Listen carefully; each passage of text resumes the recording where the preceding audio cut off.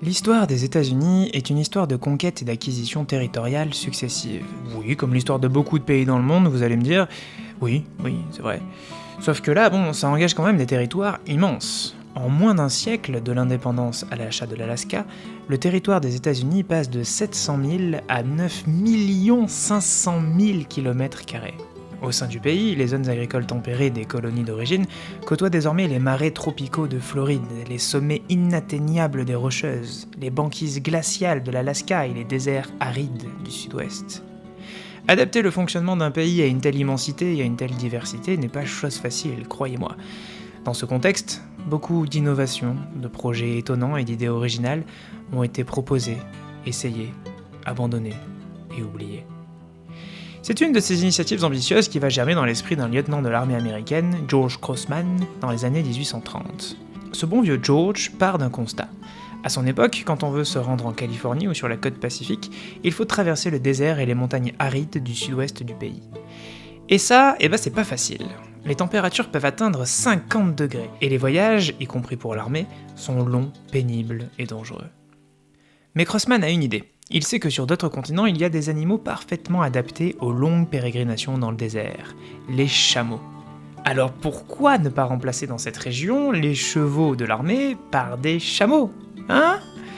Bon, l'idée est d'abord jugée un peu trop cavalière pour l'état-major, mais elle revient sur le devant de la scène une vingtaine d'années plus tard, et en 1855, le Congrès donne son accord pour que l'armée se procure des dromadaires et des chameaux.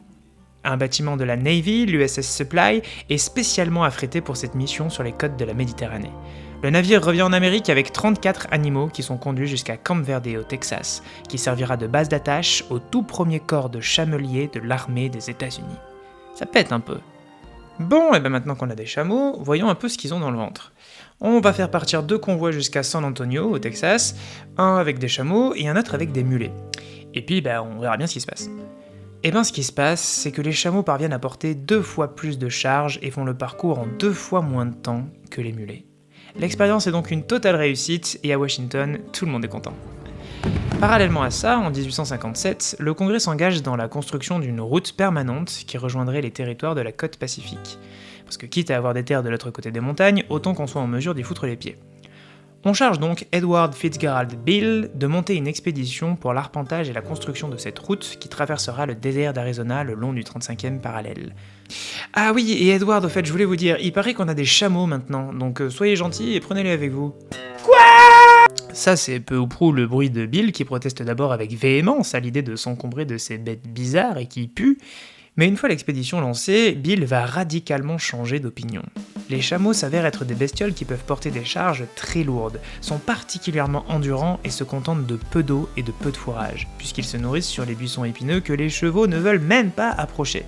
Et surtout, ils ne semblent pas oppressés un poil par le soleil de plomb.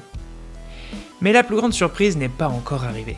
Quand l'expédition en arrive au fleuve Colorado, Bill se dit que des animaux tellement adaptés au désert ne savent probablement même pas nager. Et si. Les chameaux se jettent à l'eau sans rechigner et traversent sans encombre là où les chevaux et les mules ont toute la peine du monde de faire de même. Désormais, Bill ne tarit plus d'éloges sur ses nouveaux acolytes. D'ailleurs, l'année suivante, il conduit une autre mission d'arpentage qui traverse cette fois la moitié du pays, de Fort Smith en Arkansas jusqu'au fleuve Colorado, réutilisant pour l'occasion ses précieux alliés camélidés. Mais malgré ses succès, le Congrès refuse d'investir massivement dans les chameaux pour l'armée. Sans projet d'envergure pour eux, les animaux deviennent un peu encombrants. On les utilise encore pour quelques missions d'arpentage et de reconnaissance à travers le désert. On essaye aussi de les utiliser pour le transport express du courrier, mais cette fois sans succès. Puis la guerre de sécession éclate, et le destin des chameaux texans se perd dans la confusion des combats. Depuis, plus personne n'a eu l'idée d'engager des chameaux dans l'armée des États-Unis. Mais la route ouverte par Bill, elle, n'a pas vraiment disparu. Si son tracé exact s'est un peu perdu, de nombreuses voies transcontinentales utilisent peu ou prou le même plan. C'est le cas de la ligne de chemin de fer, par exemple, de l'autoroute Interstate 40, mais aussi de la célébrissime route 66, ouverte dans les années 20.